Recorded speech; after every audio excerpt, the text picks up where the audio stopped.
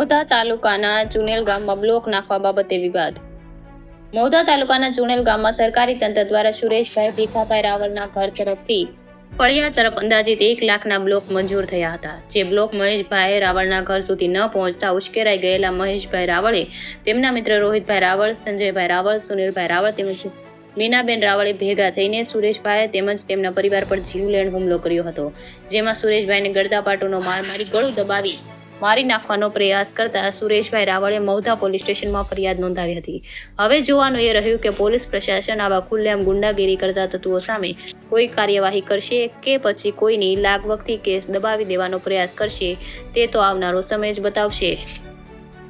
India 24 news bureau report, Navdeep Rawal, Kheda.